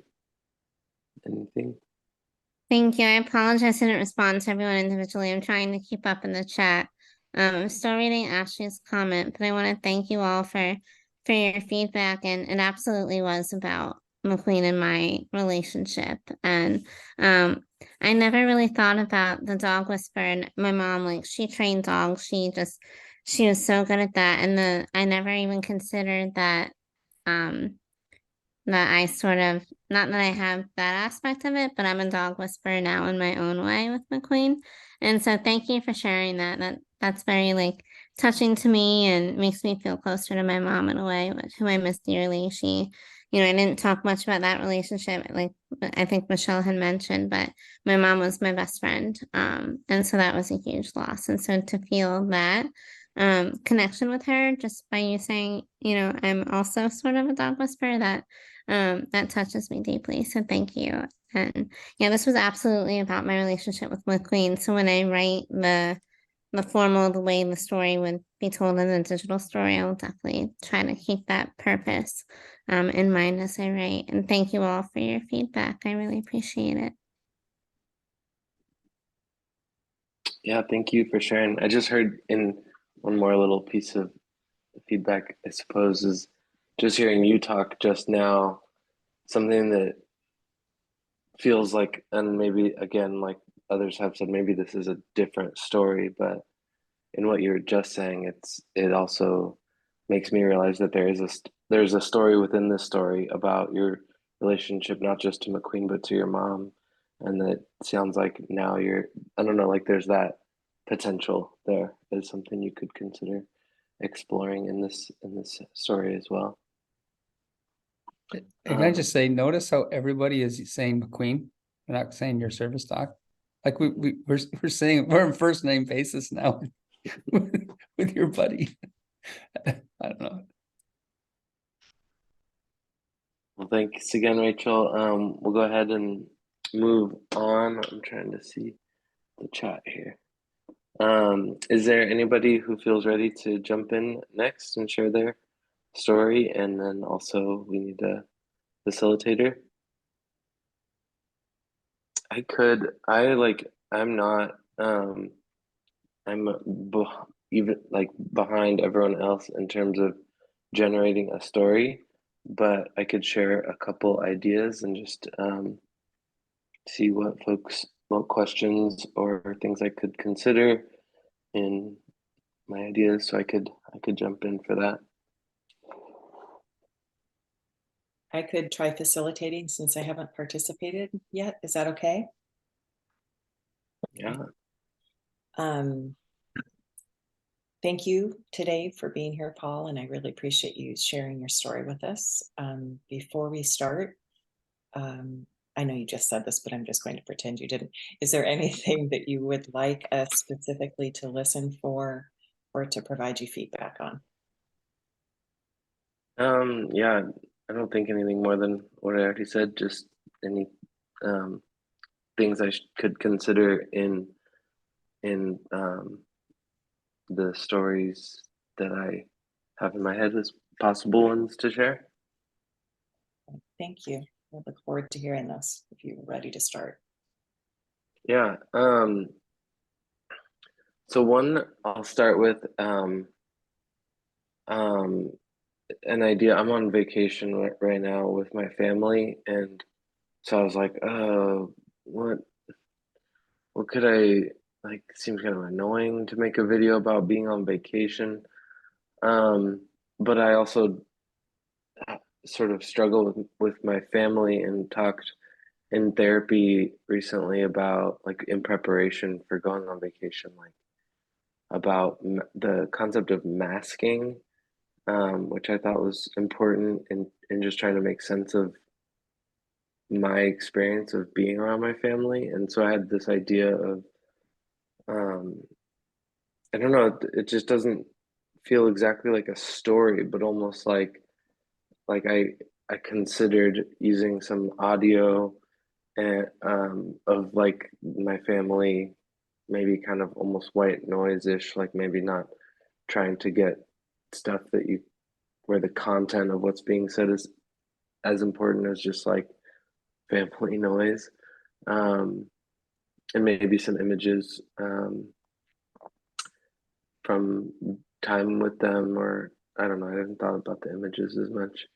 But then like talking about this idea of masking and trying to almost tell that story, like what it feels like internally to be in a space where you're just like trying to present a version of yourself that feels, I don't know, not like a lie, but very highly constructed. And then I guess with that one, I had questions around like the ethics of that, like taking audio from my family hanging out. Would I tell them I was doing that or not? Because I'm like not gonna, I don't have to share it with them. So I don't know. It just raised some, I think, important questions for me in thinking about telling a story about my family and sharing it and keeping it secret from them. And then I don't know, I could quickly tell my other idea was based on actually like a poetry assignment that I've that I read, Linda Christensen's a teacher, educator, who I really like, and she wrote kind of this like essay about writing a poem based on Clint Smith's poem called "No More Elegies Today," I think. But it's like kind of going back to the conversation from last week where I was saying like I don't want my students to feel like they have to share their most like traumatic, painful stories, and that's the expectation, is that everyone tells their most painful story. And so thinking about that in this poem is like I really love the frame of the poem and have thought about, wanting to use it in my class. And what I like is that it's saying, like the start of it that I would borrow, and I would obviously credit Clint Smith, is, well, they start it as, "Today I will write a poem about," and then gives something, positive, and then says, "It will not be this." And the poem kind of alternates between saying, like, right now I'm telling this story about this, and I'm not, and also like alternating between, here I'm not writing about this, but in doing so you are like, you're creating the space for the things that are hard to talk about, by saying, I'm not going to talk about um like my friend Bill's death, and I'm not going to write about, just acknowledging like my own like painful stories, and also the things that I'm seeing on the news, or things that are going on in the world, or things from growing up that are hard to talk about. So like acknowledging those, and then saying, but what I am going to tell about is these things that bring me joy or make me feel alive. So those were like the two ideas that I am kicking around.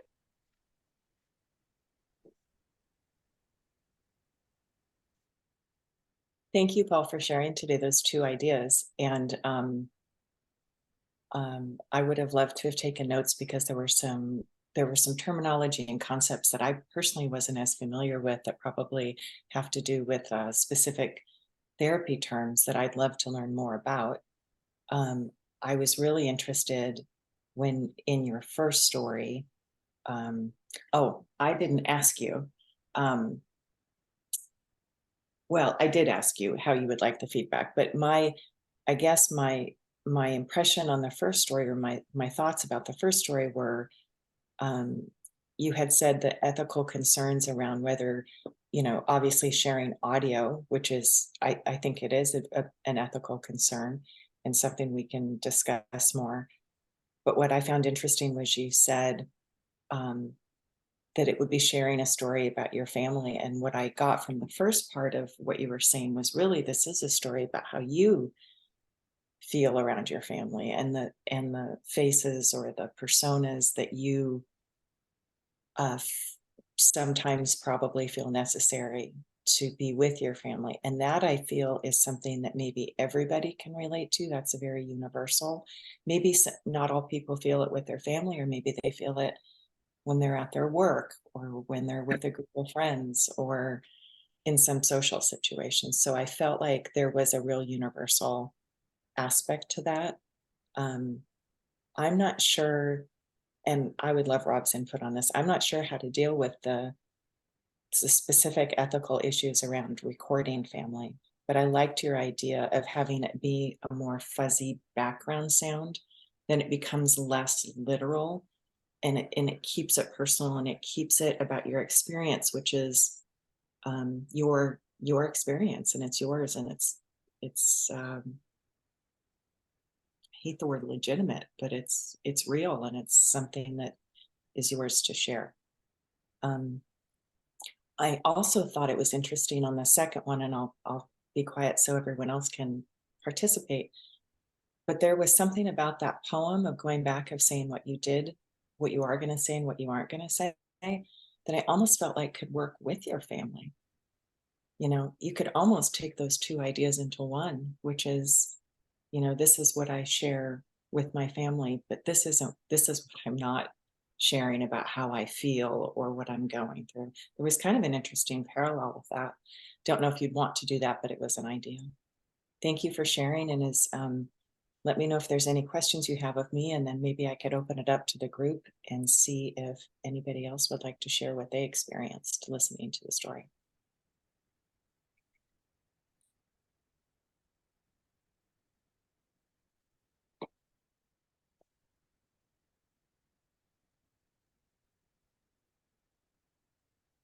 Okay, Is no there question. anything that stood out to anybody, or?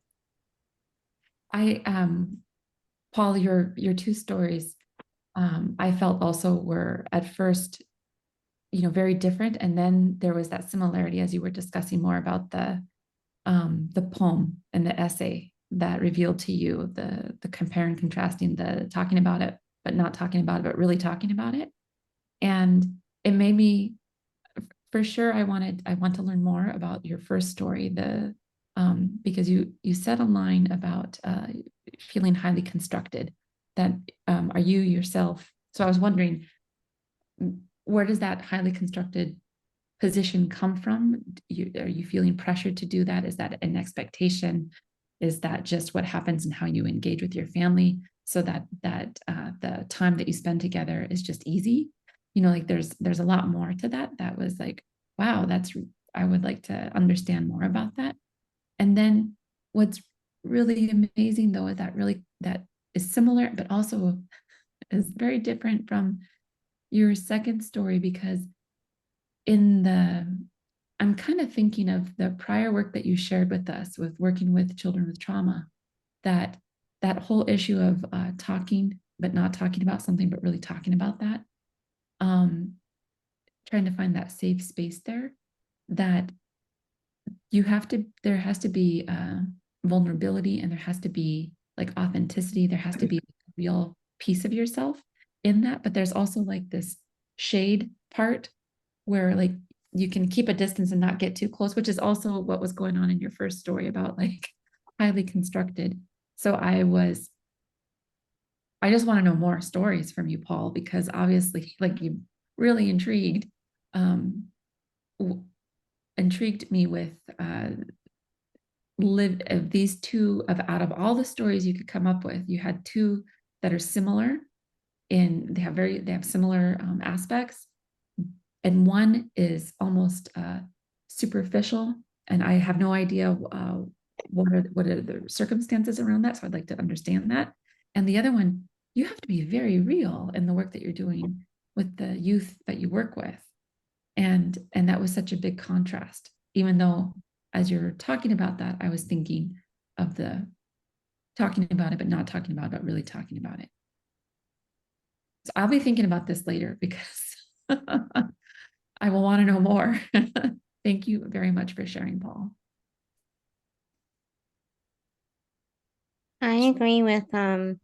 I also want to know more about both of your stories. I'm very interested in the idea about your family, just because family is something everyone can connect to or relate to.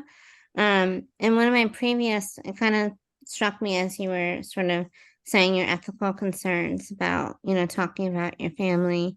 And in one of my previous story circles, there was a member who did talk about a member of her family. And at first I was like, oh, where's this gonna go? I'm nervous. Are they gonna be here? And I think it's sort of like, who is this story for? Like, why are you sharing this story? Is it for you? Like, because I don't even know that this person invited the member to the screening. I don't know that they shared it. They might have. And it's true, at the end of that story, the person it went full circle, and sort of she understood their behaviors in the end, and brought it almost full circle in that way. But I think the point I wanted to make by bringing that up was, who is your story for? Like, why? Like Janelle mentioned, you have all these stories and you pick these two. So what is your, I guess, purpose in sharing the story? And is it for you? That sort of was my thought when I heard you sharing. So I'm excited to see these stories come to life and to learn more.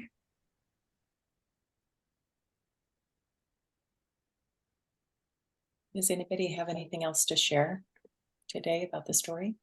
Well, I just want to jump in. I'm mindful of time, and Paul, I think just Rachel and back to you for final word before we move to the next storyteller, because there's some feedback right to you.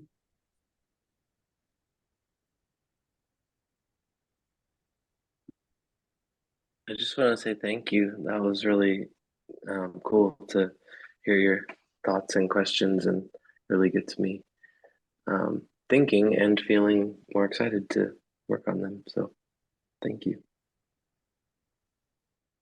Thank you, Thank Paul, you. for sharing. Thank you. Sorry to speed things up. So I do know what we have is Michelle for story, and I think Janelle, have you facilitated yet? I don't know. So that's the last pairing. So we should get to it because we're coming up fast. And are people able to stay 5 minutes past? Is that, Ashley, can you do that? I know is that okay? I want to make sure that Michelle gets full attention, and of course Janelle gets a chance to facilitate that full attention. Okay, let's take it away. Great. Well, welcome, Michelle. It's great to see you here at Story Circle. I am very happy that you're here. I understand you're here to share your story. Is there anything you would like us to know first before you share? Thank you. I also didn't, I sort of misunderstood a little bit in that I didn't write out a full paragraph. I wrote a paragraph, but it was really just a couple of story ideas. Having listened to everybody else's stories now, I wish very much I had written it out in narrative form. So I apologize in advance for that. So I guess maybe what I'm looking for is feedback on what might be interesting about the story, what might seem trite about the story. And also, I'm not sure it's the best story for visuals because I wouldn't have any visuals for it, but I'll share it nonetheless. So I just wanted to share, I took, again, a prompt. I used the prompt. And it was my first exposure to real life prejudice, not in books, not in something I'd heard, but in something I saw and I felt. I was 14 years old. My father had taken me into downtown Seattle, and we were going shopping at a nice department store. And so I got all dressed up. I was very excited, and I always looked a little older for my age. And we went into a store, and a sales lady started following me around and asking me if I needed any help. And I was very confident and said, "No, thank you very much. I'm just looking." And a couple of minutes later, I'm still looking, and she starts following me around a little bit again and says, "May I help you?" I said, "No, it's okay. I'm just browsing." And it's about this time that my dad and I noticed that there's an older man. Now, older when you're 14 is a little hard to gauge right now, but I'm going to guess he was probably all of 45 or 50, but he seemed older to me. And he was Black. And he, from an adult perspective now, looking back, he looked sort of middle class, I guess I would say. And he was trying to get this lady's attention. And he could not get this lady's attention no matter what he did. And it almost became, I don't want to say a joke. She was following me around trying so hard to help me. And I was a kid. I didn't even have my own money yet. And I guess I looked like the person who would be shopping there. And it was the first time I had ever seen something like that happen so clearly. And where I think I might want to go with the story is this is something that everybody's seen. Maybe I want to say something in the story about how it was the first time for me and how it was a way I felt about it.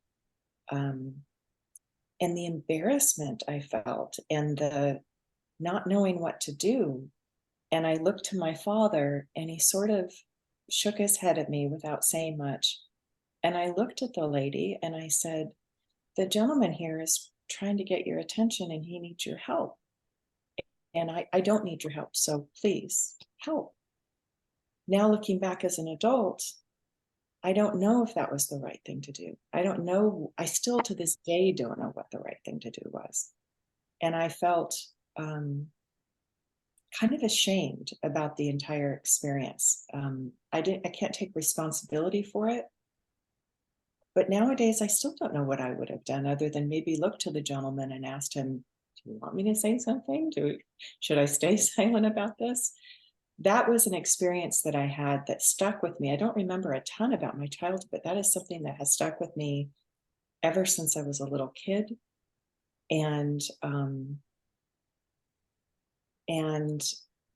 it stuck with me in a way that then when you learn about things like this in books, it's never the same as what you see in person. So I'm not sure how that would even form a story. And I certainly don't know how I would have visuals for the story because I have not, obviously, it was a fleeting moment from, I'm 55, so whatever the math is. So yeah, so that is an idea of one story that I had off of the prompts. And is there anything that you guys heard from that or have interest in that, or maybe a different way to take it?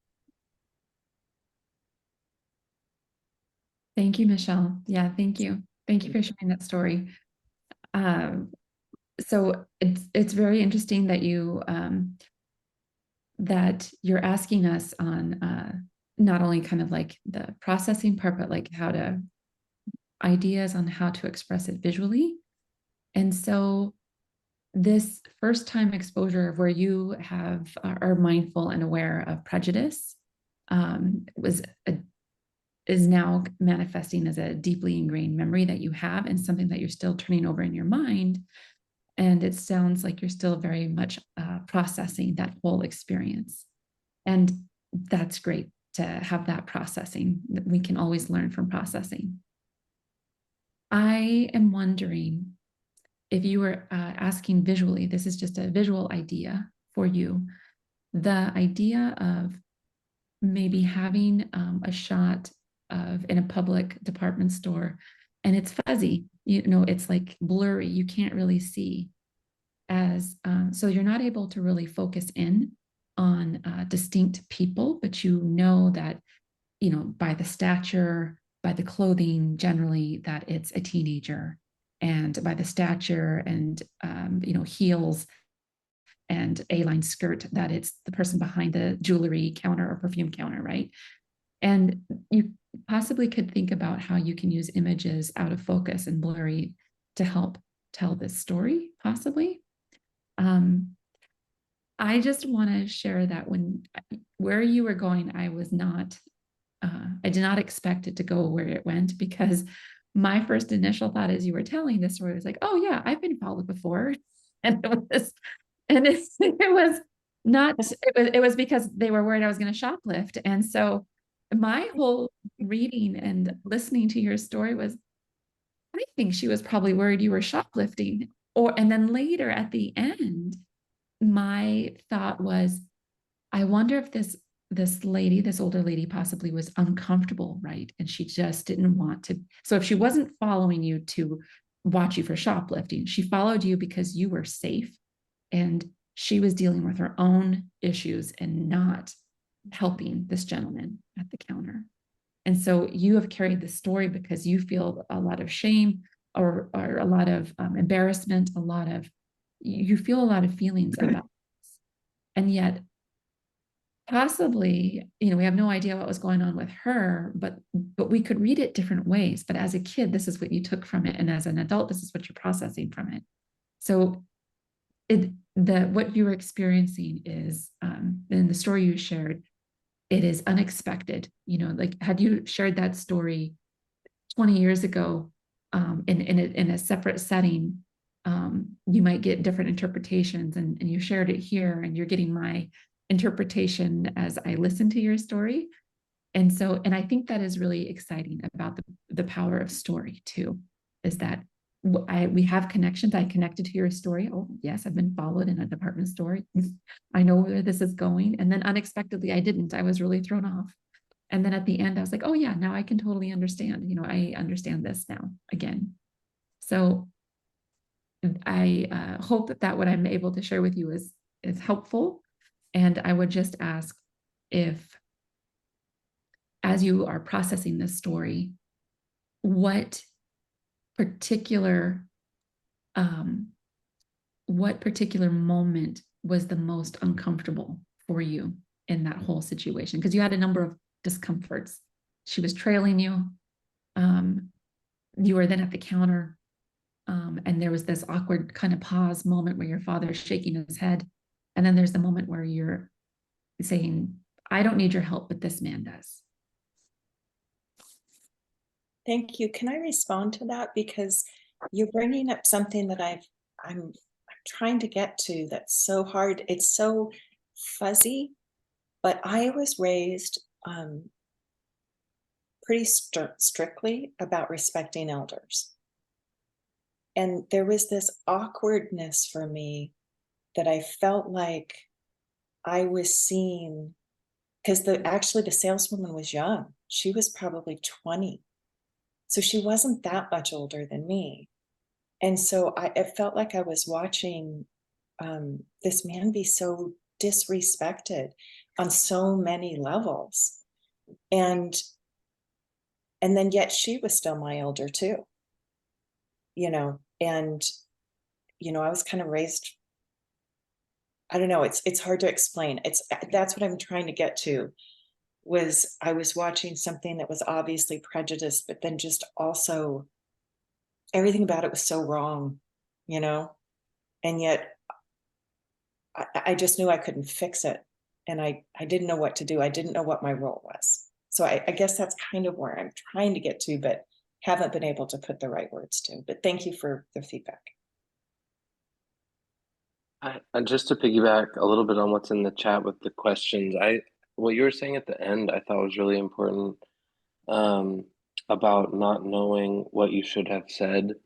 And I feel like that could be a really important, instead of trying to resolve that question, really leaning into it because it's about like how to use your voice, when to use your voice, if to use your voice. And then it's like such a layered question in this context because you're using your voice now to tell the story. And I think like embracing the fact that there's those questions, in it, could be a cool and powerful theme to lean into. Thank you. So we're coming up to 5 minutes. I think that where the chat's been really is rich. So hope get a chance. I'll make sure the chat goes out and I'll annotate it so it's a bit more streamlined and you can get the sort of nuance of it right away. A couple of things. To Ashley's point, people like the questions, stories. That's the kind of way they should raise questions. If it were my story, you said you didn't really have it like it. You told it like a storyteller. Like the scene was developed. You had the right details. When I say right, you had details that made us follow along and be in that story. Kind of track this. Kind of curious where you're taking us.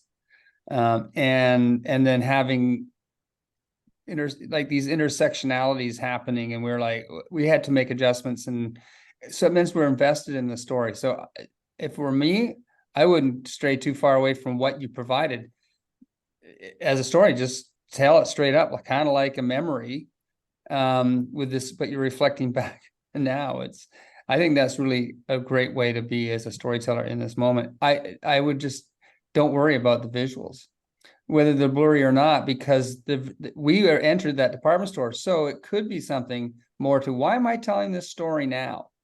And maybe the visuals give it some other kind of context in the world that you sort of witness today. You're telling the story about the past, but we're seeing, have things changed? Are they different? How does it manifest when you walk around with this idea of raised with respect? Where do you not see it? Where do you see it? And the visuals are more about where you are positioned today. What makes you remember this or challenge, right? And so the visuals don't have to be about the scene, because the scene is very vivid, both visually and also just emotionally. And I totally agree with Janelle. I was like like I was like going, ooh, this is going this way. Oh, it's going this way. And that made it why it's such a great story, because the complexity of it was there. And then even the details, she was not much older than me. Like, just flesh that out and give all those what seemed like inconsequential. I was raised to be respect, and yet she was not much older than me. Like, I was confused. You're a teenager. It's like, what do you do? That was all vivid. And I wouldn't, for my story, I would just tell it straight out like that. Worry about the visuals later, because there's other ways that we'll be talking about those. Don't compromise this power of that story by worrying about something that right now is still early stages. Thanks. Yeah, it was good. Well, I'm so story circles are just amazing. This is which is what we'll do is, I think, and now that we have a recording, which is, I'm appreciative of that. I think what we'll do is unpack this a little bit next week. So hold some questions. Maybe I do want to go a little summation, but I know people might have to leave. I know I have to leave in about 5 minutes. So I don't want to rush the kind of debriefing on this, but maybe just, as you exit this session, just make some notes, how to manage time. how to not, I catch myself, I'm like, I can't stop, I have to put, like, there's all sorts of things that the story circle has an energy, and it can move in a way that, all right, and there's so much still to be said, right? I mean, there's so much more I'd love to say to everybody's story. Janet was modeled facilitation beautifully by being very, very, and I dumped my feet into things. So, I'm reflecting on that. And so awareness around all that. So, I wouldn't mind going around the room real quick. I know, as a way to exit out. So there is some commentary, really short, just, and I thought everybody did wonderfully. I mean, the knowing in this room, the concern and care and support of each other and stories was definitely there. So take it around, Janet. And then you can, maybe, Janet, would you mind just saying the last word as kind of the facilitator of this program? Okay, so let's just go around the room, or you can put it in the chat and just say. A quick last word. I want to say thanks to everyone for taking such wonderful care of each other's stories. It was just beautiful to witness the ways in which you took care of each other. And that was not in the guidelines. So thank you.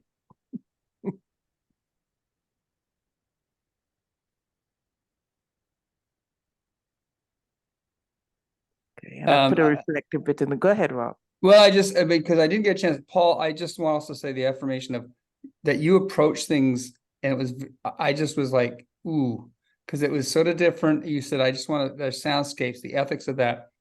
I just wanted the fact that you're even thinking about that, as you also think about an approach or a way that you hear stories or how to enter into them and what's all around you and how you position into that space, the soundscape and the ethics of that, I still think it's worth going as a storyteller. How does this feel? How do I navigate this? What are my assumptions that I'm being disrespectful or unethical by doing that? We had stories, people were actually mentioning fathers and persons, and right. And so we're all sort of, in our lived experience, are having to butt up against things that were uncomfortable, and we're having to navigate our relationship to those. I would just say, go with this approach, because it feels to me that's an important part of who you are as a storyteller. And it's also, I'm thinking of your students, it might be a way for them to navigate beyond purely written words, or right, that our stories reside in the sounds we hear, the spaces we just have to sit quietly in, and the stories reside there too. And I thought yours was kind of speaking into that other place that stories enter our lives and need to be communicated out of. So that was just, I didn't get a chance with an affirmation of that. So, and you tell us if it feels ethical. You tell us if it feels, this feels weird, or here's how I manage that. That's we're going to learn from that if you so decide to go that route.